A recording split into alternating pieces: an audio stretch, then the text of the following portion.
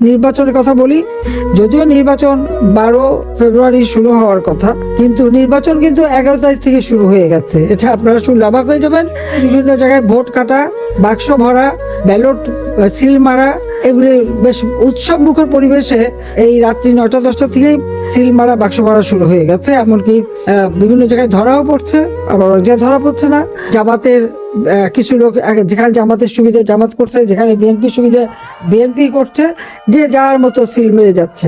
কয়েকটা জায়গায় ধরা পড়ছে। দাঁড়িপাল্লার এজেন্ট এইস্টের রেজাল্ট শিট সেটা তৈরি করা অনেক আগে থেকেই, 11টার মধ্যে সেটা তৈরি হয়ে গেছে। তা আবার মানে একদিন আগেই ভোট শুরু।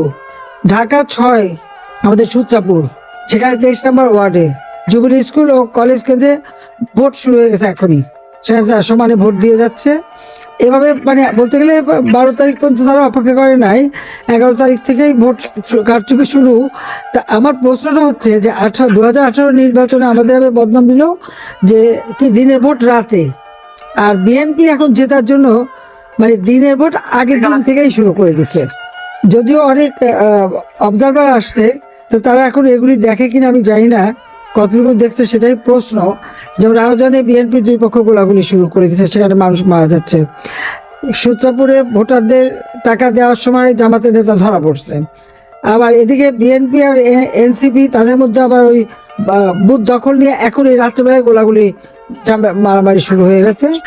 মানে কে দখল করে সেখানে নেবে সেটাও শুরু করেছে। এরকম মানে বাংলাদেশের প্রত্যেকটা অঞ্চলে এই মানে অবস্থার সৃষ্টি। সব নিউজ সব কথা সবাই বলতেও পারছে না, অনেক কিছু দেখছে, যেটুকু পাচ্ছে দিচ্ছে। ওরা আর অপেক্ষা, বিএনপি বা জামাত অপেক্ষা করে নাই, আমাদের বলছে দিনের ভোট রাতে, ওরা একদিন আগে থেকে শুরু করে দিচ্ছে। এই হলো ইলেকশন। আমাদের সেনাপ্রধান বলছে উৎসব মুখর পরিবেশে ইলেকশন হবে, নিউজ বলছে উৎসব মুখর পরিবেশে সুষ্ঠু নির্বাচন হবে।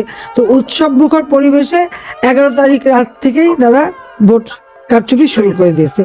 এটা হলো বাস্তবতা। এই নির্বাচনের কোনো অর্থ নেই, এই নির্বাচন বাতিল করতে হবে, এই নির্বাচন বাতিল করতে হবে। এই নির্বাচনের কোনো হ্যাঁ না ভোটে তো না নাই, হ্যাঁ ভোটে সিল মারা। কারাগারে থেকে ভোট আনতে গেছে, ওখানে মাত্র 7 জন না কয়জন ভোট দিচ্ছে, আমাদের কেউ ভোট দেয়নি, বলছে আমরা কেউ ভোট দেবো না। বিদেশ থেকে সিল মেরে হ্যাঁ ভোটে সিল মেরে বা পাঠিয়ে দিচ্ছে। আপনারা আপনাদের প্রত্যেক এলাকায় যারা নির্বাচিত জনপ্রতিনিধি, তাদের কাছে তথ্যগুলি দেবেন যে উৎসব মুখর পরিবেশে মানে 11 তারিখ রাত 11টা থেকেই এখানে ভোট কারচুপি শুরু হয়ে গেছে। এটা হলো তাদের নির্বাচন। অবশ্য নিউজ করাবে, এনুস সাহেব লম্বা একটা বক্তৃতা দেবে, অবাধ নিরপেক্ষ সুষ্ঠু নির্বাচন হয়েছে। তো অবাধ নিরপেক্ষ ভাবে যে তারা ভোট কারচুপি করে সিল মেরে যাচ্ছে আগের দিন থেকে, এটা আমার মনে হয় জাতির সামনে সারা বিশ্বের কাছে জানানো উচিত। সবকিছু তো আওয়ামী লীগের দোষ। আমি বলছি আমাদের আন্দোলনও করার দরকার নাই, ভোট দিতে যাওয়ারও দরকার নাই।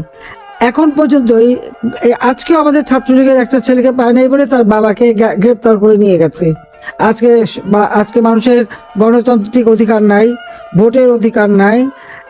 খাদ্যে নিরাপত্তা সৃষ্টি করেছিলাম, এখন পরে খাদ্য নাকি আমরা যে বলছি আমাদের উদ্বৃত্ত খাদ্যের দেশ, সেটা নাকি সঠিক না।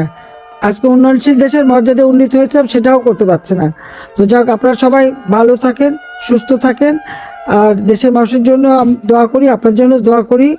এই অনিয়মের হাত থেকে বাংলাদেশটা যেন দ্রুত মুক্তি পায়, এই দুঃশাসনের হাত থেকে বাংলাদেশের জনগণ যেন মুক্ত পায়, বাংলাদেশের জনগণ যেন শান্তিতে ঘুমাতে পারে, নিরাপদে চলতে পারে, পেট ভরে দুবেলা খেতে পারে, একটু সুন্দরভাবে বাঁচতে পারে। এটাই আমরা চাই। সবাইকে ধন্যবাদ।